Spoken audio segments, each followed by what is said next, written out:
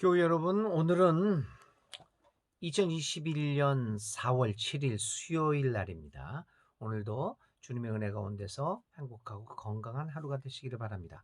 계속해서 사무엘상으로 우리의 아침 묵상을 계속하도록 하겠습니다. 오늘은 사무엘상 25장의 말씀입니다. 1절부터 44절까지의 말씀입니다. 25장이 44절까지 있는데요. 오늘 우리가 읽을 말씀은 1절부터 13절까지 있는 말씀만 읽도록 하겠습니다. 우리 잠깐 기도드리겠습니다. 하나님 아버지, 오늘도 저희에게 창조의 새 아침을 허락하여 주심을 감사합니다. 오늘도 이른 시간 또 이른 아침에 눈을 뜨게 하시고 새로운 하루를 시작하게 해주신 하나님의 은혜에 감사하며 오늘도 복된 하루가 될 수 있도록 주님 인도하여 주시옵소서. 오늘도 하나님의 말씀을 생각합니다. 성령님, 우리들과 함께하여 주시옵소서. 예수님의 이름으로 간절히 기도를 드립니다. 아멘.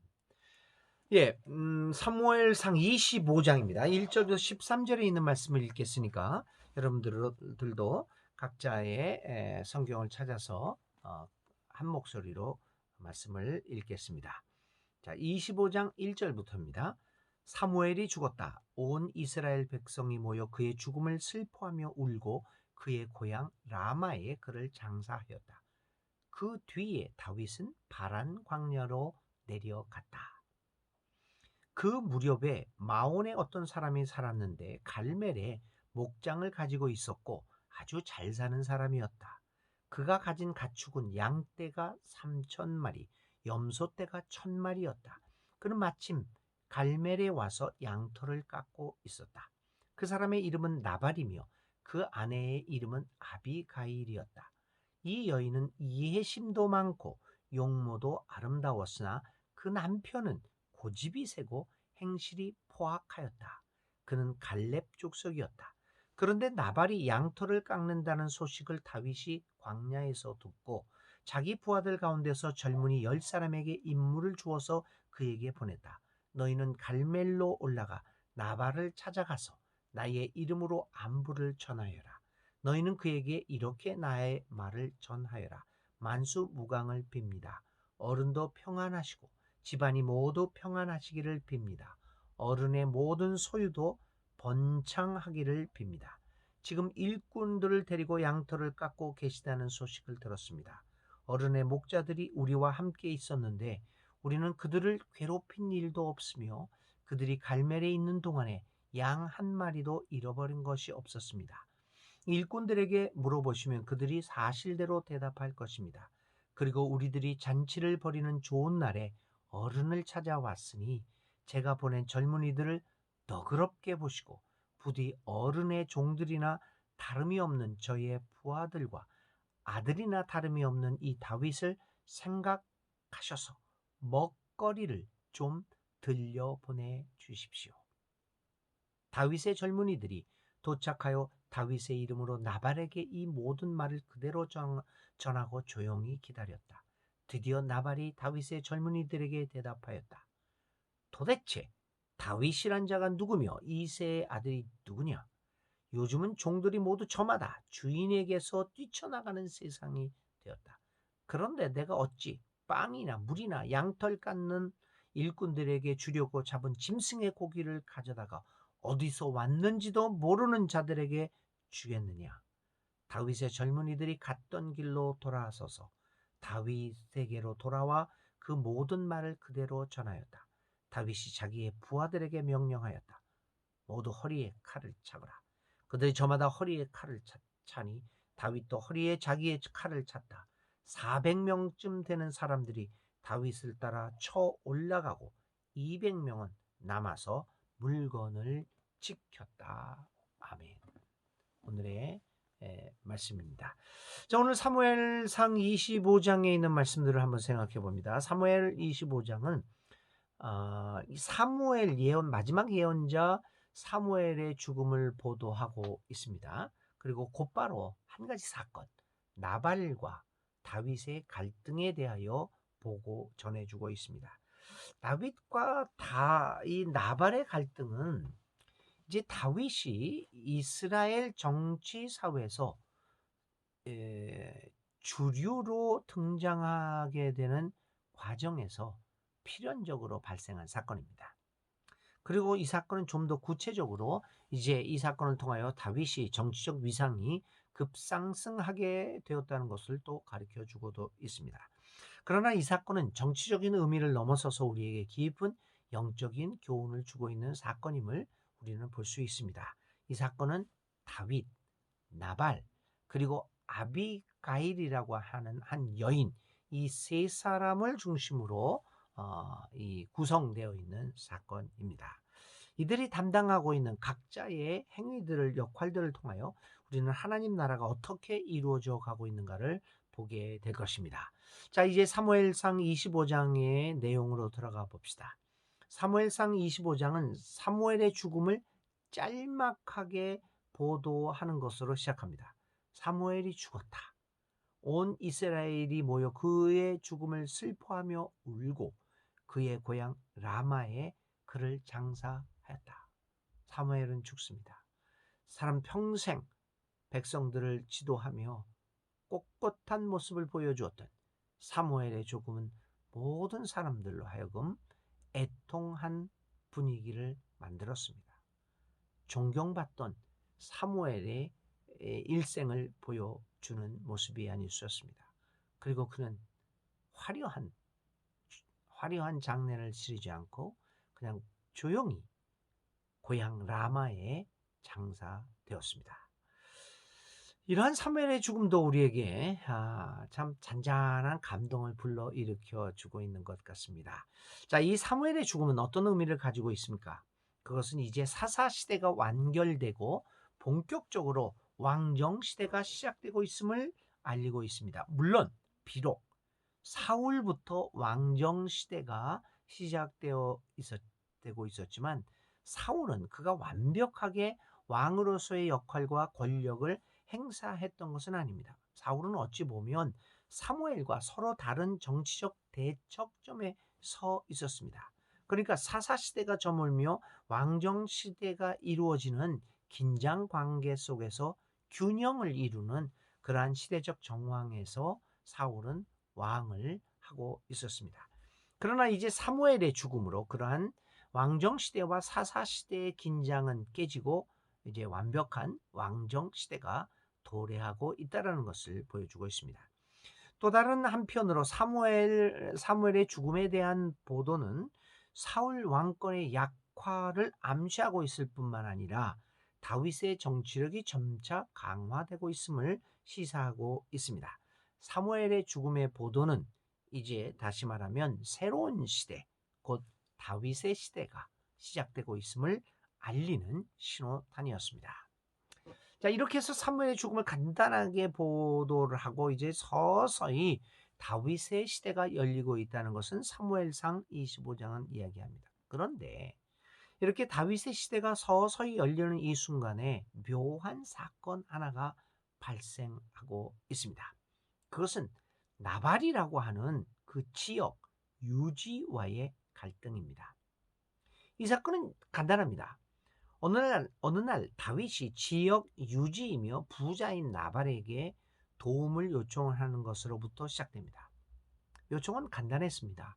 나발에게 자신의 부하들에게 줄 양식의 일부를 지원해 줄 것을 정중하게 요청합니다. 그러나 이러한 다윗의 요청은 나발에 의해서 무참하게 거절당합니다.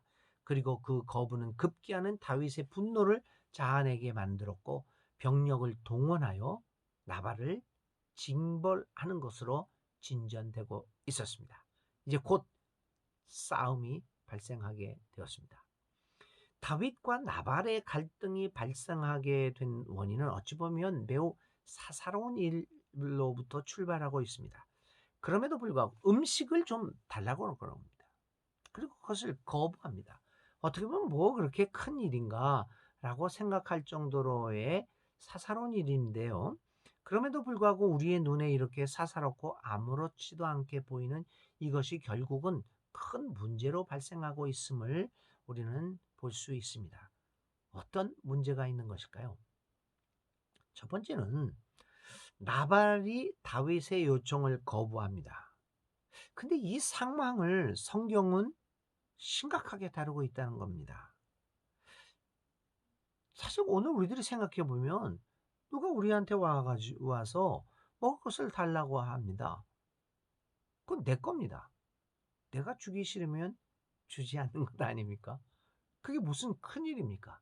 내가 내 것을 가지고 마음대로 하지 못하는 것입니까? 그런데 성경은 이것을 굉장히 무거운 것으로 보고 있습니다. 나발의 거부는 성서를 전체로 관통하고 있는 이웃에 대한 호의 베품, 나그네 대접이란 말이죠. 이 호의를 베푸는 것에 대한 그것에 대하여 정면으로 대항하고 있다는 겁니다. 오늘 우리 현대인들의 시각으로는 도저히 이해할 수 없는 겁니다. 구약 성서에서 옛날 그 고대 시대에 먹을 것을 거절하는 것, 지나가는 나그네들에 대하여 호의를 베풀지 않는 것은 굉장히 심각한 문제였습니다. 구약 성서는 이러한 나그네 대접에 대한 소홀, 이웃에 대한 호의 베품 거부, 그것을 가장 심각한 죄악으로 다루고 있습니다. 나그네 대접의 소홀은 결국 소돔과 고모라의 멸망을 초래하기도 합니다. 이런 나그네 대접, 이웃에 대한 호의를 베푼다라고 하는 것은 한 공동체의 멸망을 좌우하기도 하는 매우 심각하고 진지한 주제로 성경에서는 다루어지고 있습니다. 그러기에 오늘 나발에 대한 다윗의 그 분노와 징벌의 모습을 이러한 관점에서 다루어줘야 합니다. 그것은 단순한 내가 거부당했다, 먹을 것은 나한테 주지 않았다, 그래서 화가 난 개인적인 복수가 아니라 하나님의 징벌임을, 나그네를 대접을 소홀히 하는 것, 호의 베품을 거절하는 것, 그것이 얼마나 무서운 것이고 그것은 하나님의 징벌을 받게 되는 것임을 강력하게 주장하고 있는 것입니다. 오늘 우리 사회가 이러한 성경의 전통적인 생각인 나그네 대접의 그 주제를 소홀히 하고 있는 사회라고 한다면 매우 심각한 결과를 초래할 수 있다는 것이 성경의 교훈입니다. 나그네 대접을 소홀히 하는 사회의 미래는 심각한 위기를 초래할 수 있음을 우리는 보아야 합니다. 그래서 나발은 성경에서 가장 중요한 이웃에 대한 호의 베품, 나그네 대접이라고 하는 가장 중요한 그 동기, 그 주제를 그는 가볍게 대하고 있었습니다. 그리고 두 번째 나발의 문제는 갖춰진 생각입니다. 그래서 성서는 그것을 뭐라고 이야기하냐면 나발은 고집이 세고 포악했다. 이 두 가지죠. 포악한 것은 바로 이웃에 대한 호의를 베풀지 않는 성격이었습니다. 그 다음에 이 두 번째 이 나발에게서 발견되는 것은 그의 고집입니다. 갖춰진 생각입니다. 나발은 다윗의 요청을 받고 이렇게 말합니다. 요즘은 종들이 모두 저마다 주인에게서 뛰쳐나가는 세상이 되었구나. 이것은 나발은 당시 지역의 유지입니다. 그의 눈에는 다윗의 등장이 못마땅할 수밖에 없었을 것입니다. 그리고 그는 다윗의 이 세 아들이 누구냐? 라고 하는 말을 통해서 다윗의 비천한 신분을 핑계로 도저히 그를 용납하거나 인정할 수 없었습니다. 그는 시대의 흐름과 변화, 다윗의 시대가 도래하고 있다라고 하는 것을 받아들일 수 없다는 모습을 보입니다. 종들이 주인에게서 뛰쳐나가는 세상이라는 말을 통하여 그는 다윗이 사울과 대척하고 있다는 상황을 거부합니다. 그리고 다윗이 점점 다윗의 시대가 오고 있다고 하는 것은 이 새로운 시대의 도래를 그는 철저히 거부하고 있는 것입니다. 이 말은 나발의 생각이 얼마나 고집스러우며 닫혀져 있는가를 여실히 보여주고 있습니다. 결국 그의 닫혀있는 생각, 이 폐쇄된 생각, 새로운 미래의 도래를 인정하지 못하는 이 편협한 생각이 그로 하여금 다윗의 요청을 거절하게 만들었고 급기야는 자신의 멸망을 가져오게 만들었다는 것을 성서는 증언하고 있습니다. 하나님의 역사의 흐름을 거부하는 것은 얼마나 어리석은 일입니까? 사회가 얼마나 변화되고 그렇게 해서 이렇게 도도한 인류 발전의 역사에 물결들이 흘러가고 있는데 그것을 거부하는 것 얼마나 부끄러운 일인가라고 하는 것을 우리는 보게 됩니다. 자신의 닫혀진 생각, 전통과 고정된 이 편협한 의식 속에 스스로 안주하여 하나님 나라의 변화와 흐름을 감지하지 못하고 그것을 거부한다는 것은 우리 스스로의 멸망을 재촉할 수 있음을 깨달아야 합니다. 오늘 한국 교회가 이웃 종교나 여러 가지 소수자들에 대한 혐오와 그러한 미움을 발산하고 거부하고 있는 이 모습들, 이게 얼마나 시대의 흐름을 역행하고 있는 어리석은 짓인가. 나발과 비슷한 모습을 보이고 있는 것 같습니다. 다윗의 시대가 오고 이 새로운 시대가 사울의 시대가 가고 이제 하나님에게서 선택받은 다윗의 시대가 도래하고 있다는 것을 받아들이고 싶지 않습니다. 그래서 그는 편협한 생각 속에서 그 다져진 생각 속에서 자신의 생각만을 고집을 하고 있습니다. 그러다가 그는 결국 멸망당하고 말입니다. 여러분 다친 마음이 아니라 하나님의 역사의 흐름이 어떻게 흘러가고 있다는 것을 열린 마음으로 하나님 나라의 흐름을 바라보아야 합니다.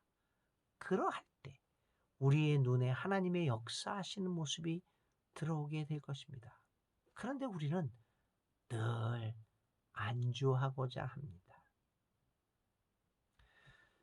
열린 마음으로 하나님의 역사, 새롭게 시작되는 하나님의 역사를 조금 이해 안 가고 조금 힘들다고 하더라도 그걸 마음을 열고 받아들여야 합니다. 그렇게 된다면 우리의 삶은 하나님의 역사에 동참한다는 그 사실만으로 감격에 가득 차게 될 것이고 우리의 후손들은 이 새로운 다가오는 새로운 역사 속에서 아름다운 삶을 계속 이어갈 것입니다. 자, 나발의 거부는 다윗으로 하여금 나발을 징벌하도록 만듭니다. 다윗은 곧 병력을 출동시켜 나발의 집으로 향하게 됩니다. 나발은 자신의 위기가 닥쳐오는 것도 모르고 잔치를 벌입니다. 얼마나 어리석은 모습입니까? 바로 이때 나발의 부인 아비가일이 이러한 소식을 접합니다. 그는 현명한 여인이었습니다. 다윗의 출동이 무엇을 의미하는지를 곧바로 알아차렸습니다. 지혜는 무엇입니까? 그것은 무엇보다도 발생하는 사건의 의미를 제대로 알고 해석하고 그에 따라 올바르게 행동하도록 하는 것입니다. 그것이 지혜입니다. 아비가일은 그런 의미에서 지혜로운 여인이었습니다. 아비가일은 곧바로 다윗을 만나 자초지종을 설명하고 다윗으로 하여금 나발을 죽이지 못하도록 하는데 성공합니다. 그녀는 어떻게 해서 이 분노에 가득 찬 다윗을 설득할 수 있었을까요? 30절과 31절의 말씀입니다. 아비가일이 다윗을 설득하는 말을 한번 들어봅시다. 주님께서 장군님을 이스라엘의 영도자로 세워주실 터인데 지금 공연히 사람을 죽이신다든지 몸소 원수를 갚으신다든지 하여 왕이 될 때에 후회하거나 마음에 걸리는 일이 없도록 하시기 바랍니다. 참 놀라운 판단 아닙니까? 아비가일은 역사의 흐름을 너무나도 잘 이해하는 여인이었습니다. 그녀는 구차한 말로 설득하지 않습니다. 역사를 정확하게 꿰뚫고 있는 아비가일의 말은 다윗을 설득하고 남기에 충분했습니다. 다윗은 나발을 징벌하려는 계획을 포기하고 돌아갑니다. 아비가일 한 사람의 지혜로운 행동은 결국 다윗과 나발의 전쟁을 막음으로써 공연한 불필요한 피 흘림이 없도록 하였습니다. 한 사람의 지혜로운 행동이 여러 사람을 살려놓은 것입니다. 오늘 우리에게 필요한 것은 이 같은 지혜로운 사람입니다. 오늘 믿는 이들이 이 사회에 이 같은 지혜로운 한 사람의 역할을, 기능을 담당해야 합니다. 그래서 지혜로운 믿는 이들을 통하여 이 사회가 파멸되지 않도록 해야 합니다. 다윗은 나발을 징벌하지 않습니다. 그러나 하나님은 자신의 역사 인도의 발걸음을 늦추지 않으셨습니다. 결국 나발은 다윗이 아닌 하나님에 의해서, 그는 다윗이 자기를 치러 왔다가 돌아갔다는 이야기를 듣고 놀라서 자기 스스로 죽게 됩니다. 자멸합니다. 나발의 이 자멸로 말미암아 다윗은 이제 지역 유지 등의 거부 세력을 물리치고 왕이 되기 위한 모든 과정을 거치게 되었습니다. 그래서 지역 유지들의 반발을 이제 이겨내고 이제 그런 정치적으로 아주 중요한 위치를 차지하게 됐고 정치적 위상은 한껏 올라가게 되었습니다. 결국 이것은 아비가일의 지혜로 인해서 그가 스스로 나발을 처벌하지 않음으로써 다윗은 다른 지역 유지들의 거부를 상당 부분 완화시키는 정치적인 성과를 거두기도 했던 것입니다. 만일 나발을 직접 다윗이 징벌했다고 한다면 지역 유지들은 조직적으로 다윗을 거부하는 운동들을 하였을 것입니다. 그렇게 된다면 다윗의 정치적 위상은 약화될 수도 있었을 것입니다. 그러나 다윗은 한 지혜로운 사람의 이 중재 행위를 통하여 이러한 여러 가지 어려운 일들을 이기고 이제 하나님의 부르심을 받아 점차 이스라엘의 왕으로 등극할 준비들을 마치고 있습니다. 하나님의 역사 섭리는 이 같은 한 지혜로운 여인을 통하여 이루어지고 있습니다. 오늘 코로나19 국면과 여러 가지 상황 속에서 어지러운 우리 한국 사회, 우리 기독교 교회가 과연 아비가일처럼 지혜로운 조언을 할 수 있는 사람들일까요? 지혜로운 기독교인들의 모습을 보여주게 될 때 땅에 떨어진 우리 교회의 신뢰는 회복되어질 수 있을 것입니다. 오늘 이 아침에 아비가일의 큰 놀라운 지혜로운 행동을 우리가 성찰하면서 우리들도 이 같은 지혜를 하나님께 구해 봅시다. 기도드리겠습니다. 하나님 아버지, 오늘 다윗과 나발의 갈등을 보았습니다. 일촉즉발의 아주 위태로운 순간에 아비가일이라고 하는 한 아름다운 여인, 지혜로운 여인의 중재로 인하여 모든 일들이 잘 해결되어지고 하나님의 역사는 또 앞으로 나아가게 되었음을 보게 되었습니다. 하나님, 오늘 우리 사회가 매우 혼란스럽습니다. 이 혼란한 사회에 하나님의 뜻을 밝히 알려줄 수 있는 지혜로운 믿음의 사람들이 많이 나타나게 하여 주시옵소서. 아니, 우리가 그 지혜로운 사람으로 살아가겠습니다. 우리에게 주님의 성령으로 함께 하옵소서. 예수님의 이름으로 간절히 기도를 드립니다. 아멘. 네, 오늘 우리에게 머물려고 하는 그 말씀은 지혜로운 삶입니다. 어떻게 우리는 지혜로운 행동과 행위를 함으로써 이 혼란한 사회에 하나님의 사람으로서 살아가는 모습이 무엇인가를 보여줄 수 있을까? 이것을 마음에 머물고 이 말씀에 머물면서 마음에 담아 오늘 하루를 성찰하시기를 간절히 바랍니다. 오늘의 실천은요. 여러분들 각자의 삶에서 어떤 혼란스럽고 여러 가지 갈등의 관계가 있으면 내가 어떻게 아비가일의 역할을 할 수 있을까? 그것을 생각해 보고 그 갈등 상황에서 한번 여러분 아비가일의 기능을 한번 실천해 보시면 좋겠습니다. 오늘 4월 7일 수요일 하루도 행복하고 건강한 하루의 삶이 되시기를 주님의 이름으로 축원드립니다.